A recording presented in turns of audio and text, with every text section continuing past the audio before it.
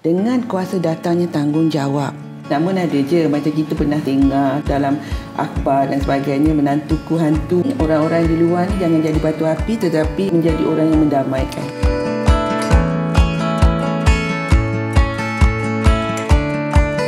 Okey, dekat Malaysia ni kisah menantu dan mertua ni memang selalulah kita dengar. Kiranya cerita menantu ni tak boleh tinggal sebumbung dengan mertua, kalau boleh dielakkan sebelum memulainya perkahwinan. Adakah okey bagi menantu untuk ada persepsi mertua itu seorang yang teruk dan akan menyusahkan? Sebenarnya persepsi adalah punca realiti yang kita hadapi. So kalau kita ada persepsi macam tu, maka akan menjadi macam itulah. So sangat-sangat berhati-hati dengan apa yang kita bersangka-sangka. Bila seorang menantu tinggal di rumah mertua, so mertua ada kuasa di rumahnya. So apa komen ibu tentang perkara ni? Okey, pertama kita kena faham apa itu kuasa, Rusuk. Kuasa ni sebenarnya adalah bila semua kuasa, maksudnya dia nak orang semua ikut cakap dia. Sebenarnya kuasa ini adalah dengan kuasa datangnya tanggungjawab. Jadi bila seseorang itu dia dikatakan berkuasa, maka dia kena sedar bahawa dia punya tujuan bila dia menjadi seorang yang paling berkuasa dekat situ adalah untuk dia membahagiakan orang di sekelilingnya, bukan untuk menjadikan orang di sekelilingnya sengsara. Jadi bila kita kata memanglah dalam rumah tangga tu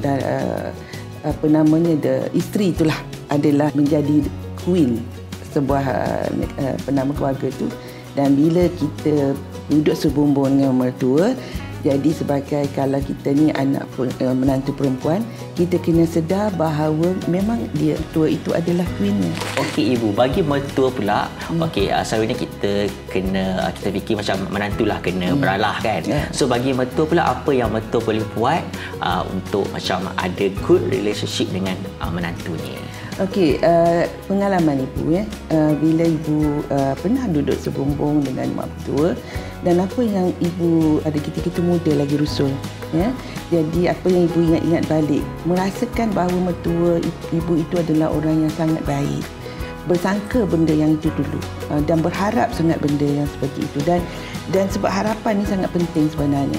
Jadi bila duduk sebumbung tu, ibu tahu siapa dia dan siapa ibu. Jadi ibu memang memberikan pada dia hormat, duduk maksudnya arahan dia ataupun permintaan dia tu diutamakan. Malah bila mertua ada memerlukan suami ibu pada masa yang sama, ibu akan mengatakan tak apa, tunaikan tanggungjawab pada mak dulu. Jadi apa yang berlaku pula, mak mertua pula kata tak apa, biar dipanggil suami ibu Ki. Biar Ki tolong isteri Ki. Mak tak apa. Okey ibu, saya nak tanya, kadang-kadang bila tinggal sebumbung ni ada kalanya tu macam terlanjur kata. So bagaimana nak elak ada konflik dengan mertua? Apa yang kita boleh buat bila ada kata-kata yang kasar ke apa semua, sebenarnya step back, dan maksudnya secara fizikal ni kita undur ke belakang supaya kita tahu kita kena tenangkan diri kita dan cakap elok-elok, mungkin pergi dulu daripada tempat tu dengan minta izin. Bertahu ramai di antara, ada juga bukan nak kata ramai, ada juga yang memang dah buat yang terbaik dah, tapi kadang-kadang tu menantulah ni yang buat yang terbaik dah, tetapi mertua cari sebab saja. Jadi di situlah perlunya kesabaran. Dugaan anda adalah berhubungan dengan mertua, dan insya-Allah banyakkan diri berdoa supaya perhubungan tu, silaturahim tu menjadi kuat. Mungkin ada rasa tidak selamat kepada mak mertua, tapi sebenarnya Rusul, bukan semua mak mertua sebenarnya, dan juga ada juga situasi mak mertua yang kena sabar dengan menantu kan. Menantu tak bangun, pukul 10 pagi tak bangun lagi kan. Lepas tu anak dia pun dia juga yang nak kena siapkan breakfast dan gosokkan baju dan sebagainya. Jadi ini adalah kita panggil seperti apa yang Rusul cakap tadi, asam garam dunia lah. Okey ibu, kadang-kadang punca utama anak dan menantu tinggal sebumbung disebabkan masalah kewangan. Bila baru nak memulakan bahtera perkahwinan, so adakah wajar untuk anak dan menantu tu tinggal lama-lama dengan mertua? Awal-awal tu duduk sebumbung, dia dah jadi selesa pun ada kan. Dah jadi selesa.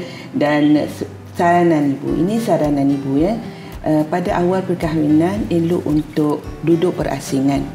Sebenarnya kalau boleh mampu sewa rumah yang kecil, sewalah rumah yang kecil.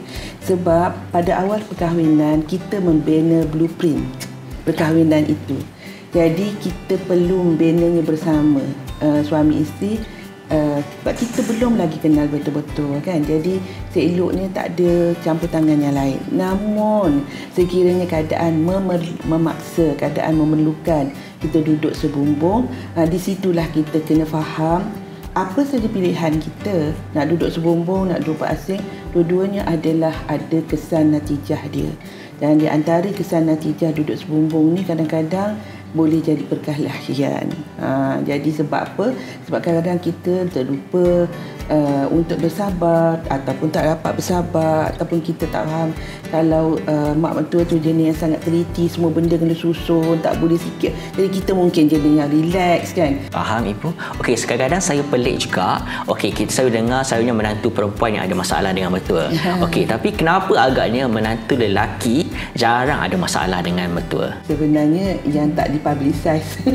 Sebenarnya banyak je menantu lelaki mempunyai masalah dengan mertua. Tapi mungkin sebab mereka tidak banyak bercakap kot, tidak banyak bercerita. Mungkin mereka tak banyak bercerita, terutamanya pada kawan-kawan ataupun di social media ke apa. Nak jawab soalan Rusul tadi, ibu rasa adalah lebih adil untuk kita tak mengatakan yang mana satu lebih.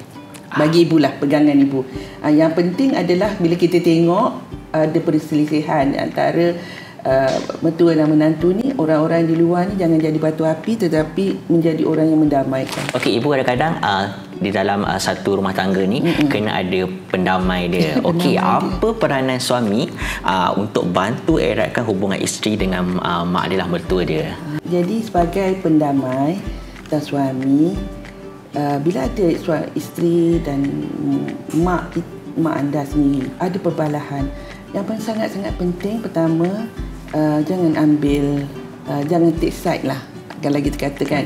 Jangan take side, tetapi menjadi seorang yang mendengar, menjadi seorang yang kita kata prihatin dan peka, dan memberi kasih sayang kepada keduanya.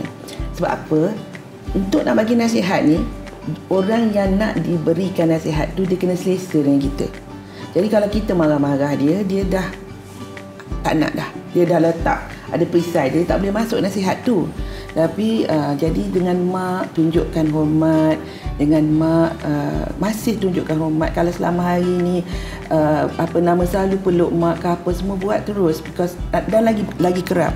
Dan dengan isteri juga bagi dia tempat untuk dia bercakap dan dengar, dan kemudian perlahan-lahan nasihat.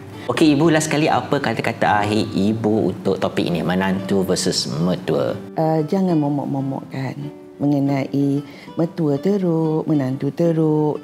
Kita banyak membawakan ingatan-ingatan yang positif dan solusi kepada masalah. So pesanan ibu, kata-kata ibu, kata-kata akhir ibu, apa kata kita banyak bercakap mengenai bestnya mertua dengan anak menantu baik-baik.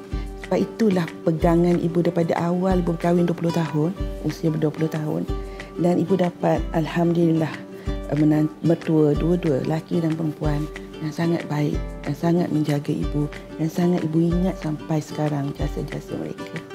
Itu dia kunci nak rahsia rumah tangga bahagia oleh Ibu Ros. Okey, terima kasih Ibu Ros kerana sudi berkongsi dengan kami. Okey, harap perkongsian kali ini dapat beri manfaat dan diguna pakai. Okey, menantu sebenarnya boleh tinggal sebumbung dengan mertua. Benda boleh bincang kan?